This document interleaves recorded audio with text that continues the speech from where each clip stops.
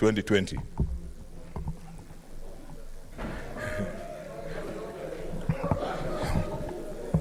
Okay, I continue.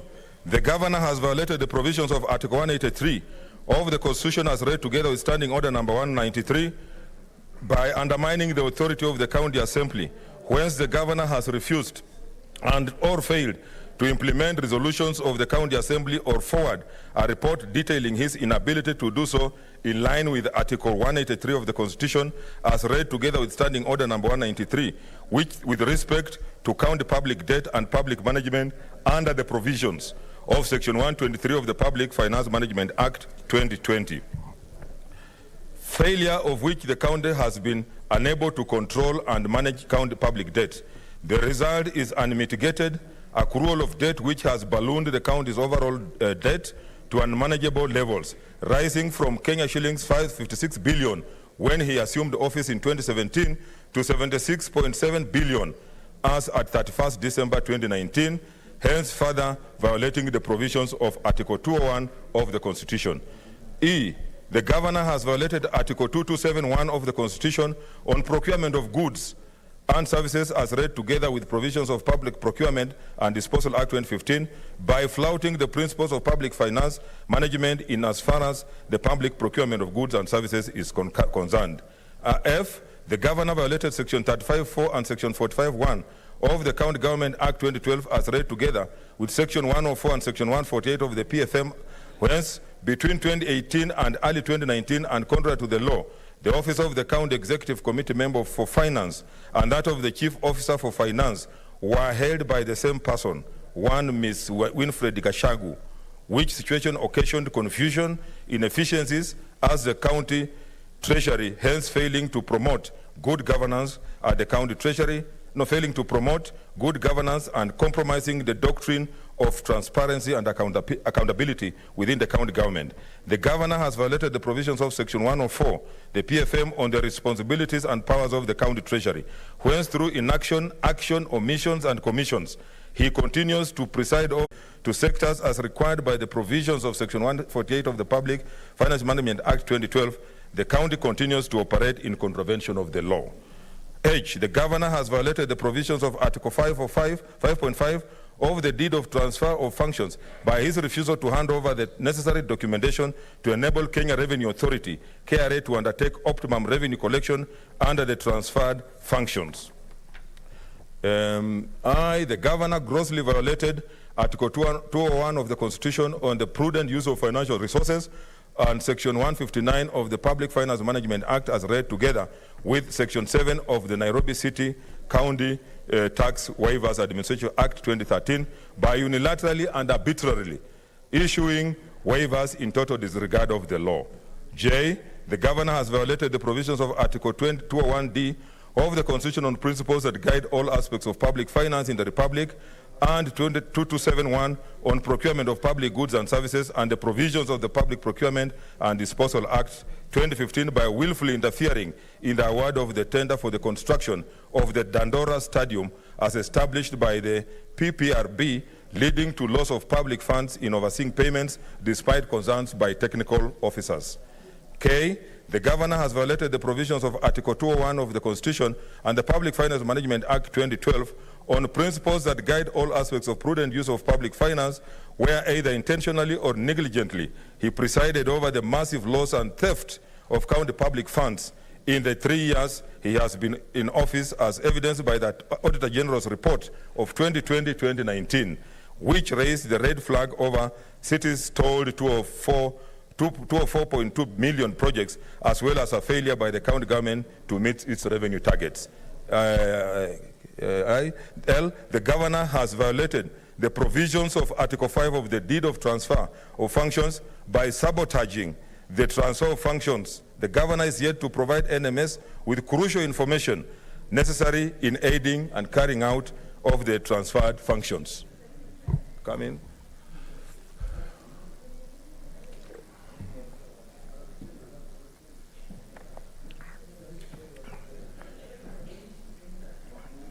Take your seat, Senator Wako.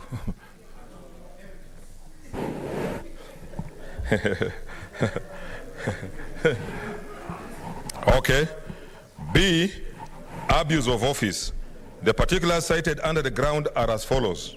A, the governor has abused his office by violating Article 75 of the Constitution as read together with Section 2 and 13 of the Leadership and Integrity Act 2012 on the conduct of state officers, where the governor has persistently intimidated, harassed, molested officers of the county executive, including blackmailing his county executive committee members and chief officers with one-year contracts, whose renewal he has undertaken arbitrarily, leaving the officers jittery about their employment and creating a climate of fear, uncertainty, and despondence.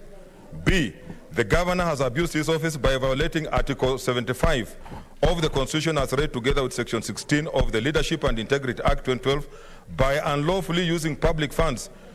Order, senators, you need to listen to the charges, because this is what will help. And I want you to listen to this one. The governor has abused his office by violating Article 75 of the Constitution as read together with Section 16 of the Leadership and Integrity Act 2012 by unlawfully using public funds to pay for his daughter's travel to New York, USA, to allegedly attend the County First Ladies Conference held during the 62nd session of the Commission on the Status of Women in 2018. C, gross misconduct. The particulars under this charge are as follows. The governor has violated Article 73 of the Constitution by failing to promote public confidence in the integrity in the office of the governor following his being charged before the Anti-Corruption Court, thus prejudicing and or compromising the social contract and trust bestowed upon him by the people of Nairobi by virtue of Article 1 of the Constitution. B, the governor has violated Article 73 of the Constitution and Section 8 and 11 on the Leadership and Integrity Act 2012 on public trust and professionalism, where he is on record. I want you to listen to this, honorable senators. The governor has violated Article 73 of the Constitution and Section 8 and 11 on the Leadership and Integrity of Act 2012 on public trust and professionalism, where he is on record admitting that he was intoxicated and thus not in the right frame of mind when he signed the deed of transfer for the transfer of certain functions of the county to the national government in February 2020. Order, Senator Murkomen. Order, Senator Murkomen. C. Order.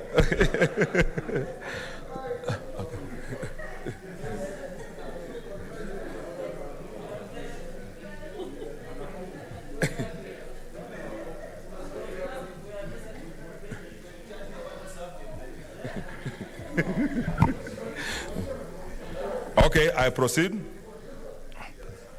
C, the governor has violated Article 73 of the Constitution and the Leadership and Integrity Act 2012 on the responsibilities of leadership by failing to professionally perform his constitutionally sanctioned duties owing to his constant absence from office, even before he was formally restrained by the courts from assessing his office due to corruption charges, where the governor remained constantly unreachable in person or in his phone for inordinately longer periods of time, to the huge detriment of the performance of the functions of the executive. D, the governor has violated Article 75(1)(c) of the Constitution as read together with Section 2 of the Leadership and Integrity Act 2012 in respect of the conduct of the state officers by drawing a salary and hefty allowances and enjoying the privileges of the office he holds, while failing to diligently report to work and being perennially absent even before he was formally restrained by the courts from accessing his office due to corruption charges. E, the governor has violated Section 8 of the Leadership and Integrity Act 2012 on public trust, where he has constantly used his position to abuse public trust in the county government by exercising the powers of his office in a manner detrimental to prudent public service delivery by persistently using use of divisive and becoming language which undermines the office he holds and the county administration.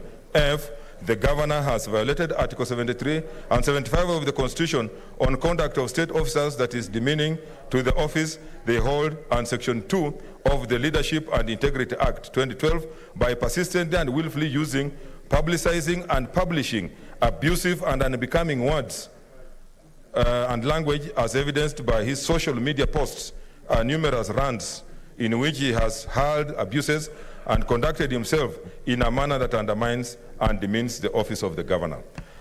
D, crimes under national law. There are serious reasons to believe that the governor has committed crimes under national law, specifically the Anti-Corruption and Economic Crimes Act, which crimes he has been charged for in the Anti-Corruption Court. Honorable Senators, Standing Order number 75-1, B of the Senate Standing Orders, gives the Senate the option of investigating this matter by appointment of a special committee comprising 11 members or in plenary. 10. The resolution of the Senate on the motion by the Senate Majority Leader in today's order paper will therefore determine the manner in which this matter shall henceforth proceed. It is not worth, and I wish to emphasize to all honorable senators that the debate on the motion shall be limited to the substance of the motion. It is not a motion on the propriety, prudence, or even the constitutionality or the legality of the processes that have preceded the submission of this matter to the Senate. It is not a debate on the facts of the matter or their merits. It is therefore not permissible to deviate to any other matter other than the motion before the Senate. Finally, honorable senators, the hearing of charges for the proposed removal of office of a governor is one of the most important functions of the Senate under the Constitution. I therefore urge that the Senate exercises the highest level of responsibility on this matter. I thank you. I deserve more than that.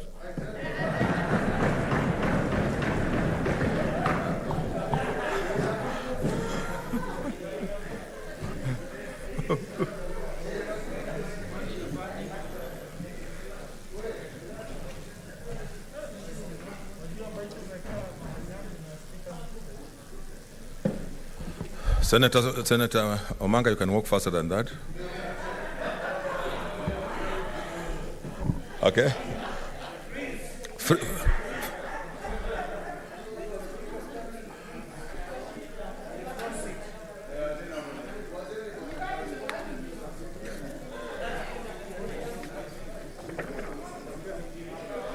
Okay, honorable senators, order.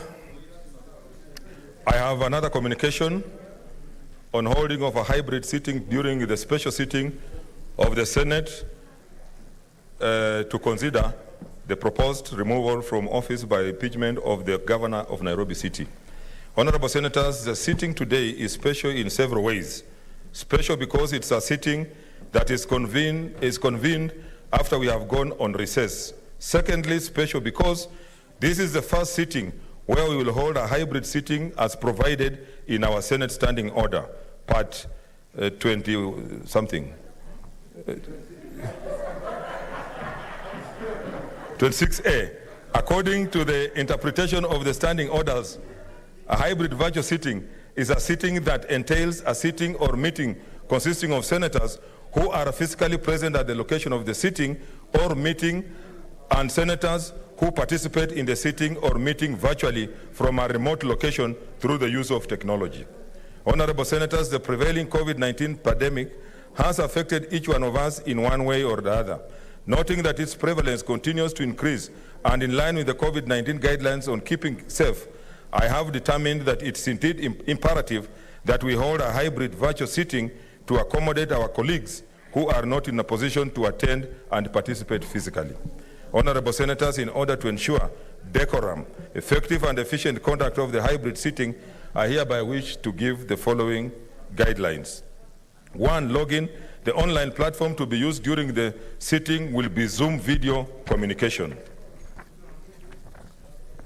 2, earlier on today, I issued guidelines on the hybrid virtual sittings where I informed senators who intended to participate in the sitting virtually to conduct the office of the clerk of the Senate at least 30 minutes before the sitting commences to enable the Secretariat to facilitate them with the login credentials. 3, senators participating virtually must log in using their full names and their video must be on. What we mean is you must be seen. Powers and privileges. A senator shall enjoy and exercise the powers, privileges, and immunities bestowed on Parliament by the Constitution, the Parliamentary Powers and Privileges Act 2017, and any other written law. Attire and decorum. Pursuant to Standing Order 251D2, a senator participating virtually shall adhere to the standards set out under the Speaker's rules on attire and decorum. 6, a senator participating in the sitting virtually shall participate from an environment which is non-political, professionally appropriate, and not distracting to other senators.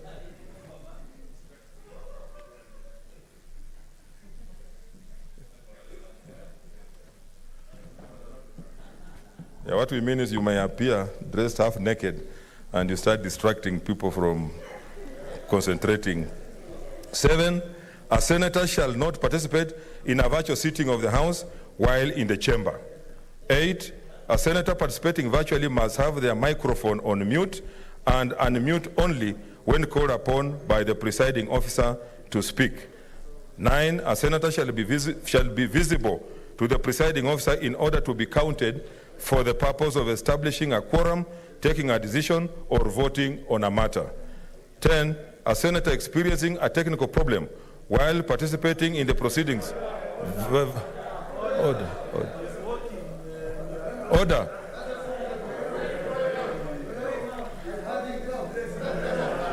Order, senators. A senator. That privilege may be withdrawn. Take your seat.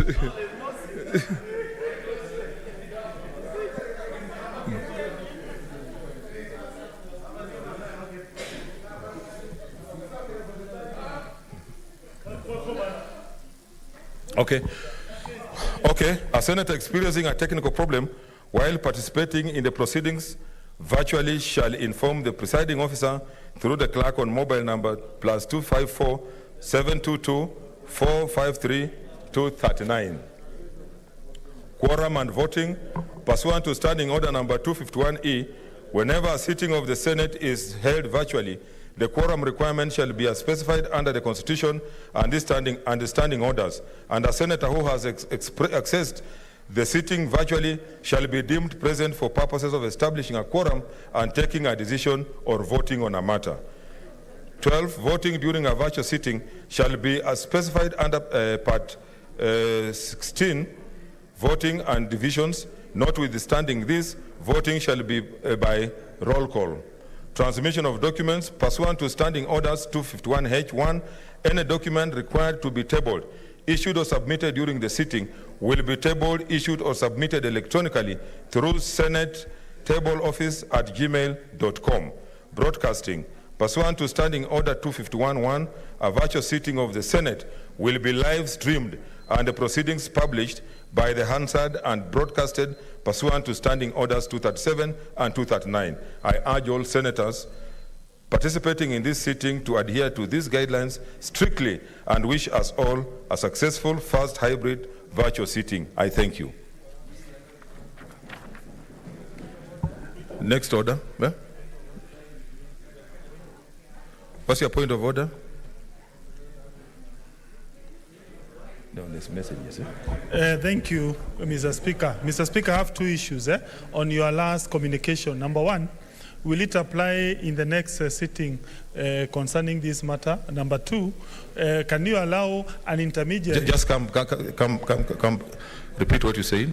Yes, will your communication regarding virtual participation apply in the next sitting concerning this impeachment? And secondly, can you allow an intermediary to do that letter that is supposed to be addressed to the clerk of the Senate?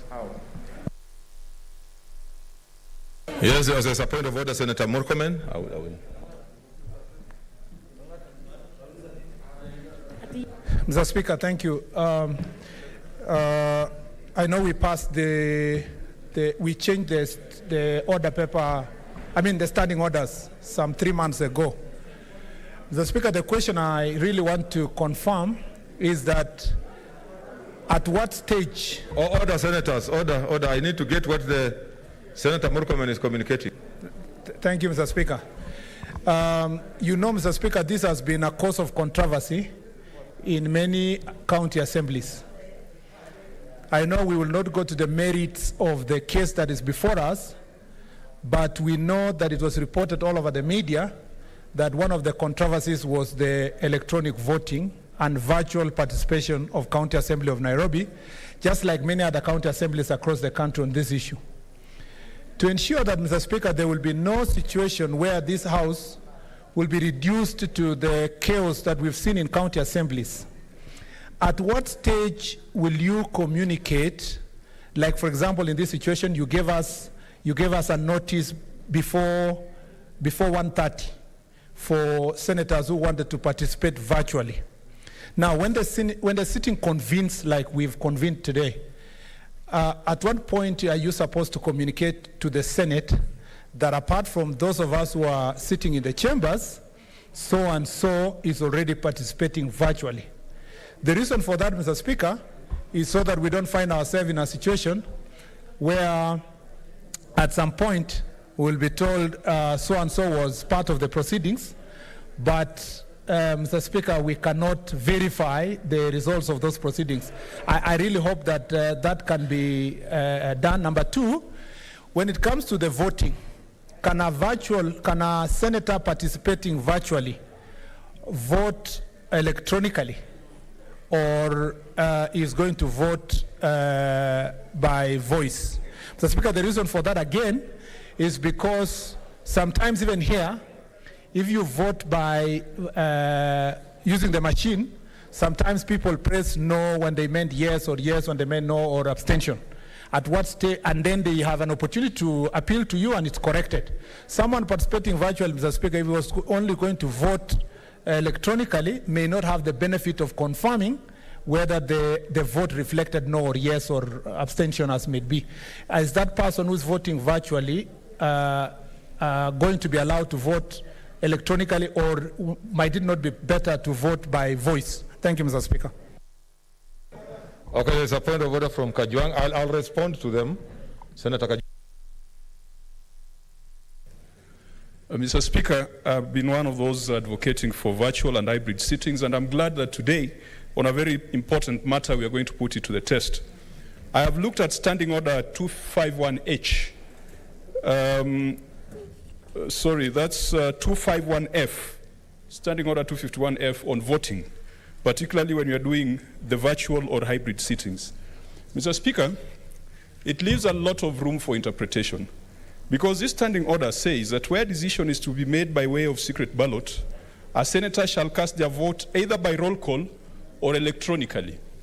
Now, the problem with that, Mr. Speaker, is that if a senator is sitting behind a computer screen somewhere and they have logged into the Zoom platform that we have adopted, it is possible that they can be online but not physically present at the time of voting, such that if the vote is electronic, anybody else close to that device can cast that electronic vote.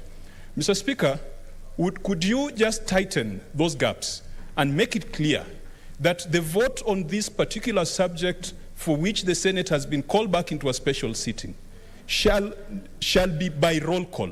And by roll call means that a senator sitting and voting virtually must physically be present and must be seen, rather than it being an electronic vote, Mr. Speaker. There's a point of order from Chariot and then Ledama. Yes, press your. Then Senator Linturi. Thank you, Mr. Speaker. Mr. Speaker, as a long-serving member of the ICT committee, we appreciate this development, Mr. Speaker. But I'd wish to bring to your attention, Mr. Speaker, that at this particular point, Standing Order number 252 that Senator Moses Kajwang has brought to your attention still needs further interpretation. Decisions of Parliament, Mr. Speaker, are sometimes very controversial. And you've got to ascertain one of the reasons why we insist on members being present within the precincts of Parliament is because it's a secure space. And apart from reasons beyond the control of members, many a times they cast their votes at free will, Mr. Speaker. This system that is being proposed right now, Mr. Speaker, we have no way of ascertaining two things. The first one is what Senator Kajwang has raised, that at a particular time, it is actually that person who logged in that is voting, because we are using this on the Zoom platform, Mr. Speaker. And secondly also, that this person is exercising their democratic right in a free manner, free of any form of intimidation. One of the things that Parliamentary Service Commission has done, Mr. Speaker, and this is important for members to note, and that's why I thought perhaps you may want to delay this decision, is that we are in the final stages of procuring an e-parliament system that will take care of the fears like what Senator Kajwang is raising, where at the point of decision making, the biometric passwords that have been input into the system ascertain that that vote is actually coming from the particular member who's casting that particular vote, Mr. Speaker. And therefore, without having a more secure system other than the Zoom platform, I'd really wish to plead with you that you perhaps reconsider some of this decision and make it that it shall not be at the free whims of members to either choose to participate here or an online platform. There must be unique circumstances that demand the same, Mr. Speaker. Thank you. Senator, okay, Olekina, then Senator Wetangula.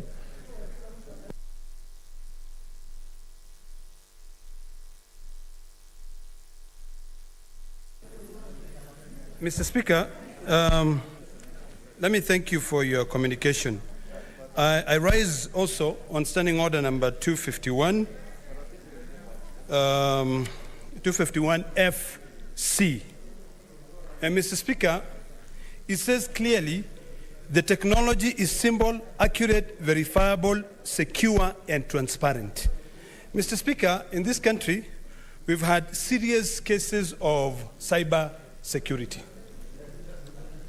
Mr. Speaker, would it be in order for me to request that before we can be able to implement what is in these new standing orders, that we run a pilot project, or rather even a mock session, so that we know very well that everyone is comfortable and they can be able to use that virtual sitting properly for them to be able to represent their counties.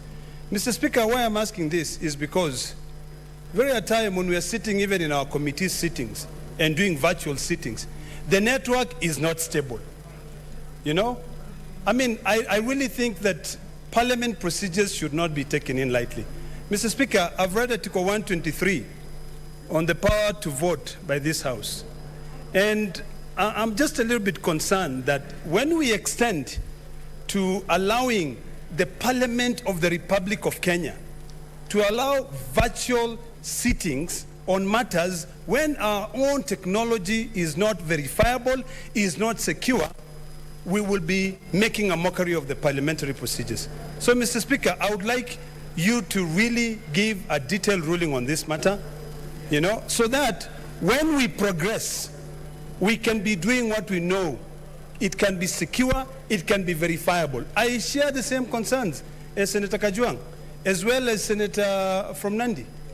So, Mr. Speaker, I'd like to beseech you to maybe suspend the operationalization of that standing order, of the new changes in the standing order, until we can carry out a mock exercise, make sure that all senators have secure gadgets to use, you know, because when I read this, Mr. Speaker, really I see a lot of room for mischief. Order, just a minute here. I see a lot of room for mischief. So let's keep them short. Let me finalize, Mr. Speaker. I was not particularly happy with what I saw happening in Nairobi City County. No, we said you don't get into that's a really subject. It had to do with the issue, Mr. Speaker, of virtual voting. Order. Mr. Speaker, if you allow me, my plea to you is this.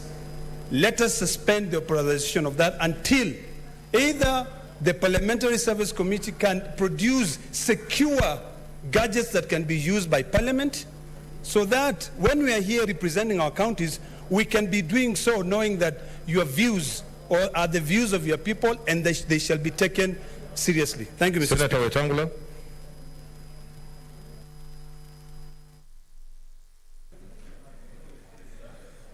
Thank you, Mr. Speaker. Mr. Speaker, thank you for your communication. that has elicited these points of order. Mr. Speaker, Standing Order 251F3. Order, whose phone is that?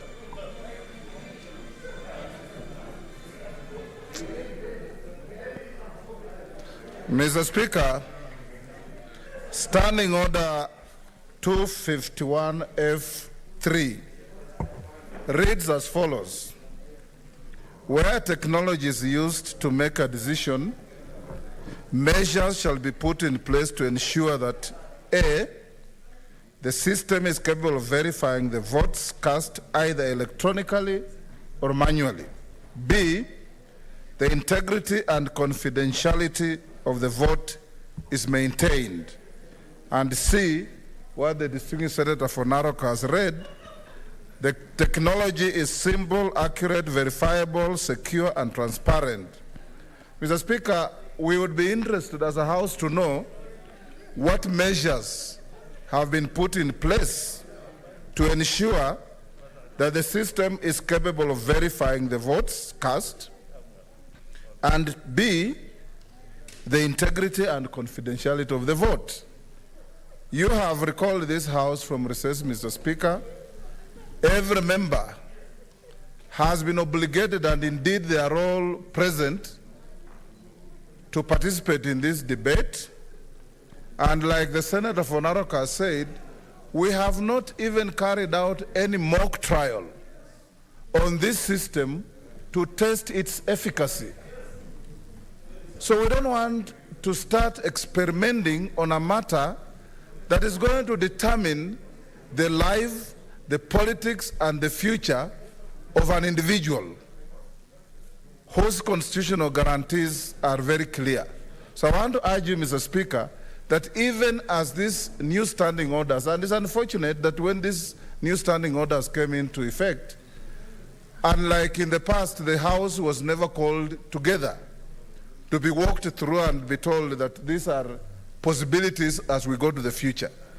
The only measures that have been taken by Parliament to help members participate virtually is that we are sent routinely some airtime without caring whether you are going to put it on your phone or not. We don't even know whether every member here has a smartphone in the first place, Mr. Speaker. So I want to urge that we go to the old system. Even if we vote electronically, we have done before, it must be a member physically present and voting. Thank you, Mr. Speaker. Order, senators. Senator Kibiru has logged in. Let us see how it works. Be patient. I'm speaking from Kirinyala, and it is good that we are embracing technology. I have listened to the various point.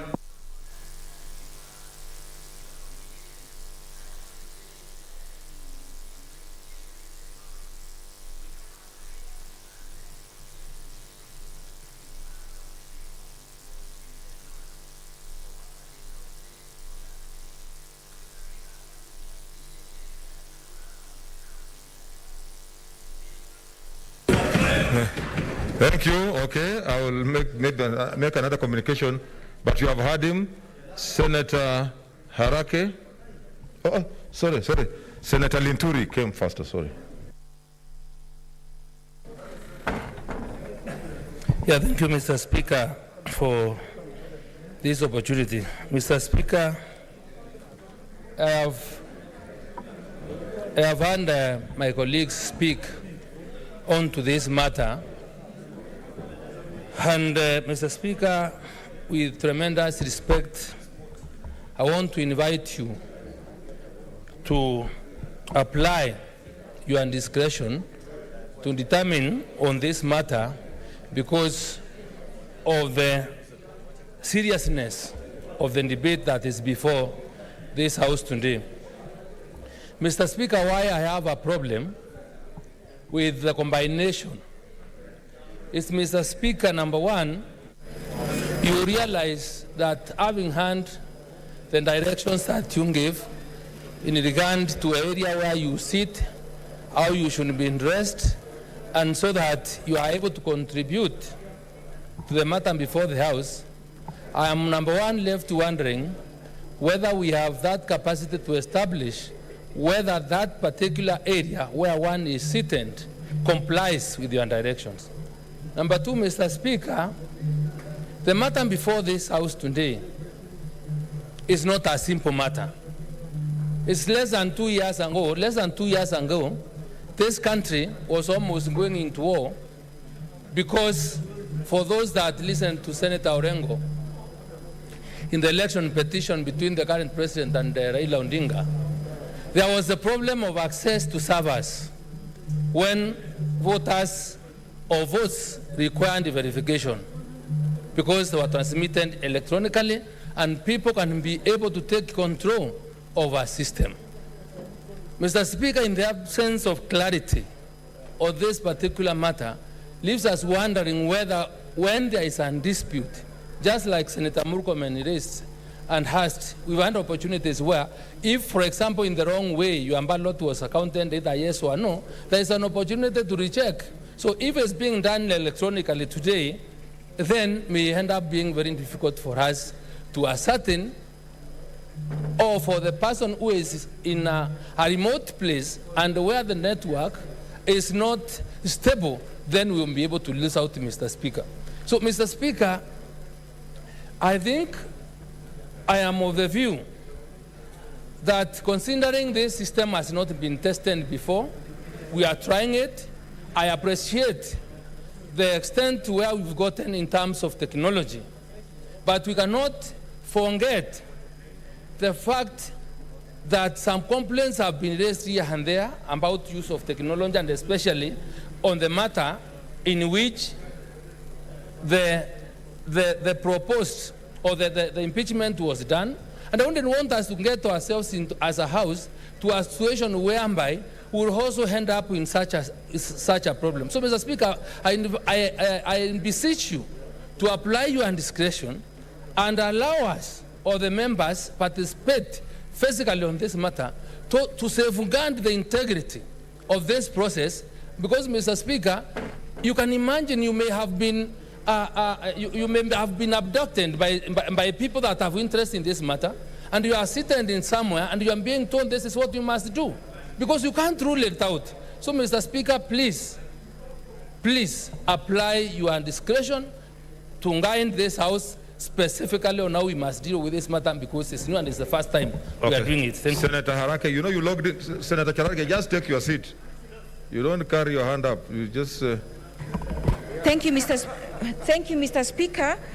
Mr. Speaker, I am at a loss as to how we are questioning the use of technology and how the use of technology can affect the integrity of the decisions of this House, when for the last 8 months or almost a year now, we've been conducting business in virtual rooms, Mr. Speaker.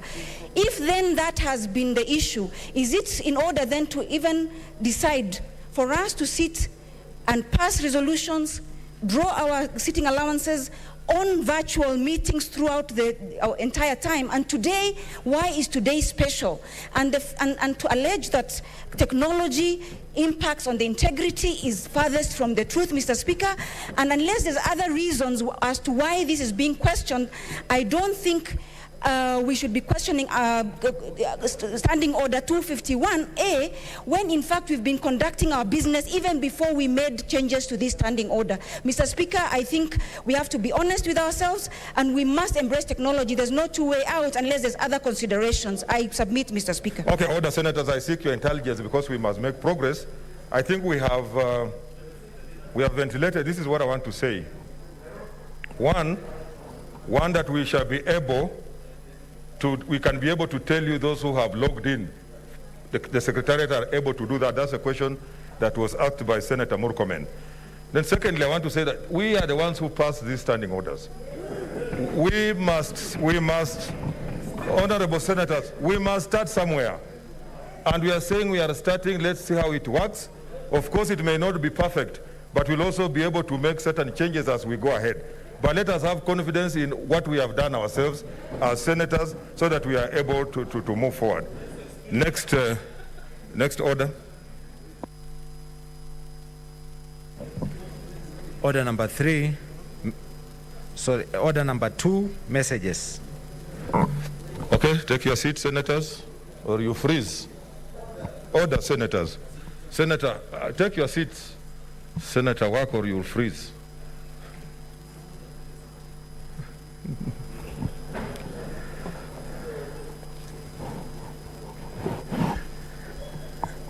Take your nearest seat.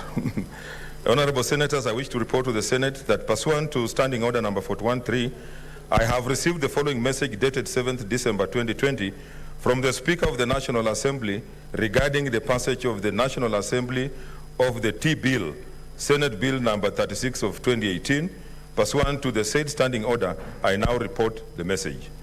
I quote, pursuant to the provisions of Standing Order 411 and 142 of the National Assembly Standing Orders, I hereby convey the following message from the National Assembly. Whereas the T-Bill, Senate Bill number 36 of 2018, was passed by the Senate on Wednesday, 12th June 2019 with amendments and referred to the National Assembly for consideration, and whereas the National Assembly passed the said bill on Thursday, 3rd December 2020 with further amendments attached herewith, now, therefore, in accordance with the provisions of Article 110 of the Constitution and Standing Order number 41, 1, and 144 of the National Assembly Standing Orders, I hereby convey the decision of the National Assembly to the Senate. Honorable Senators, Article 112(1)(b) of the Constitution provides that if one House passes an ordinary bill concerning counties and the second House passes the bill in an amended form, it shall be referred back to the originating House for reconsideration. Honorable Senators, in this regard, I direct that the Standing Committee on Agriculture, Livestock and Fisheries do deliberate on the National Assembly amendments and report to the Senate. Further, pursuant to Standing Order 151(1) of the Senate Standing Order 1, I direct that the National Assembly amendments to the T-Bill, Senate Bill number 36 of 2018, be circulated to all senators. I thank you. Next order. Okay, what's your point of order? Okay, log in afresh so that I'm able to know which are the new points of order. Thank you, Mr. Speaker, and for that very good communication. Mr. Speaker, I rise in a point of order seeking your directions and taking into account that I come from a county where 80% of our main core business is tea, that you give a direction. This bill being so important that the committee has only 7 days to report back to the plenary on its deliberation of those amendments, so that if those directions are given, we go home, we give a Christmas gift to the tea farmers of Murang'a and other parts of tea growing areas, as opposed to procrastinating on this very important matter and a very good bill that was discussed by this Senate, and which we know it is going to empower the millions of tea farmers in the entire Republic of Kenya, and most importantly, my county of Murang'a. Thank you. Senator Cheriot. Thank you, Mr. Speaker. Mr. Speaker, I want to appreciate your communication. This is a very important message to the tea farmers of this country, that day and day, their day of freedom is nearing. Mr. Speaker, I want to agree to the proposal of Senator Kangata that indeed it is possible, and I have seen Senator Kibiru, Senator for Embu, Jeru Ndwiga, the chair of Agriculture Committee, that he has logged in, that it is possible, as is being proposed by Senator Kangata, for them to meet and within 7 days iron out any of the issues that may arise out of the amendments that were done by the National Assembly. The National Assembly, Mr. Speaker, did a lot of work on this bill, did a lot of public participation, and it points out to the fact, Mr. Speaker, that part of the things that we need to do in enlarging democracy and the participation of colleagues in this House is to ensure that when you have a bill such as this that is cross-cutting, to have members of both houses participate in ways other than what is currently being provided. Mr. Speaker, I had the chance to join our colleagues from the National Assembly in public participation, and I listened to how passionately tea farmers were pleading with us that we conclude this particular exercise.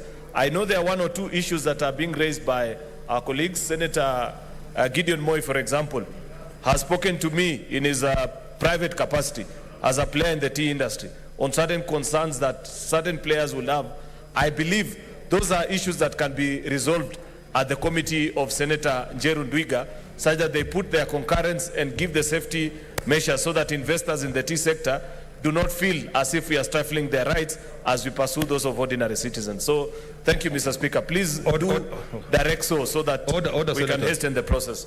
Order, Senator. This was just a message from the National Assembly, and I have already directed that the Committee on Agriculture takes up the matter and concludes it. So we are not opening a discussion now, because it is just a message. It will come. It's a message from the National Assembly. Yeah, we don't debate messages, Senator Cherargei. Let's proceed. I have already given a ruling. Next order. Next order. Order number 3, notice of motion.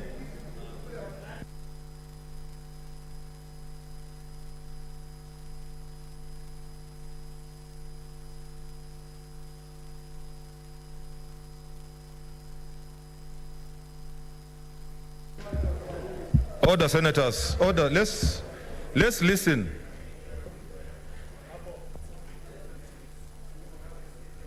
Mr. Speaker, sir, for the convenience of the House, I propose we skip that. I'm not going to give notice.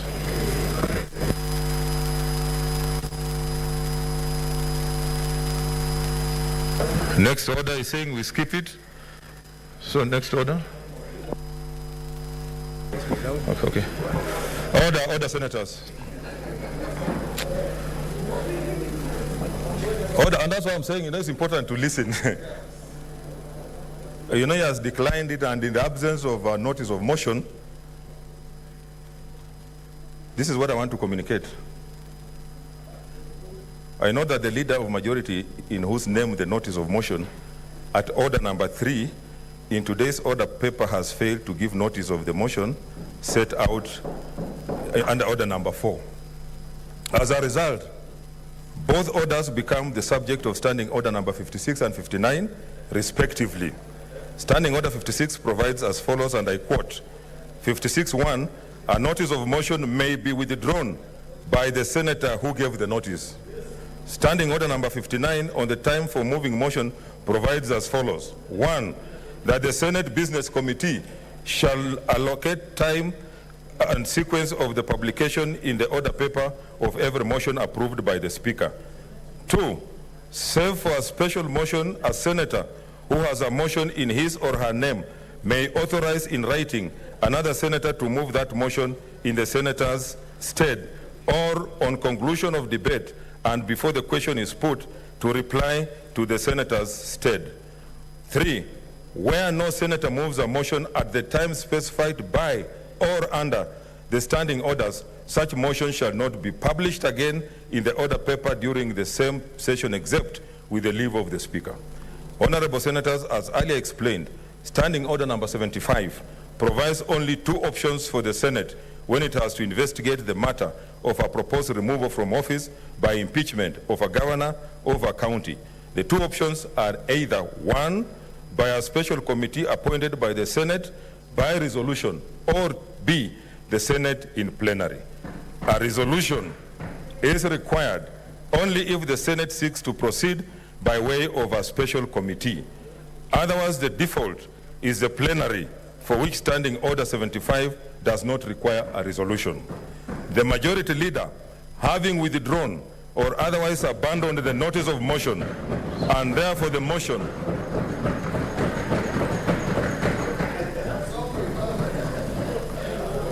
Order, senators.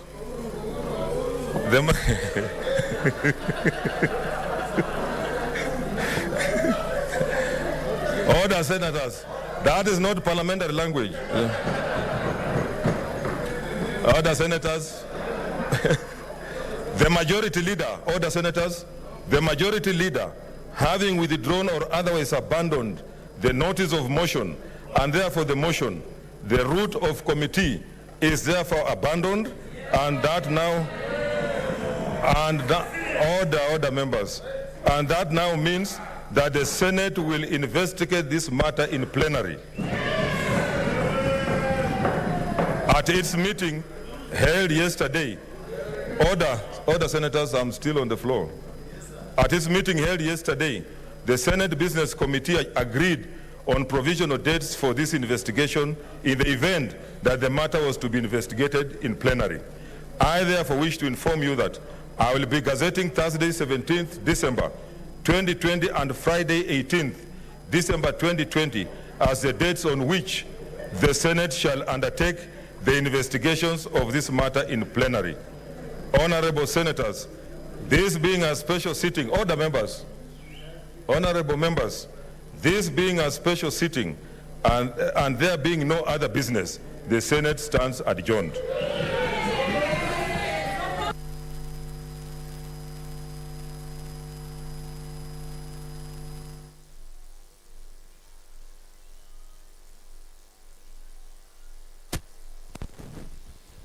Good afternoon. The Speaker of the Senate, Honorable Ken Lusaka, has just adjourned the sitting of the Senate.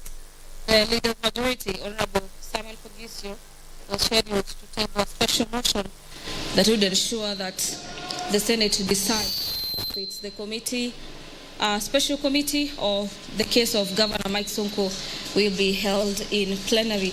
Having abandoned that notice of motion, of the Senate, Honorable Ken Lusaka, has indeed communicated to the House that the matter of the said governor will be heard by the Senate, and that will be followed by a gazettement on the date 17th and 18th of December, when the governor is set to appear before the Senate to defend himself against that case of impeachment motion.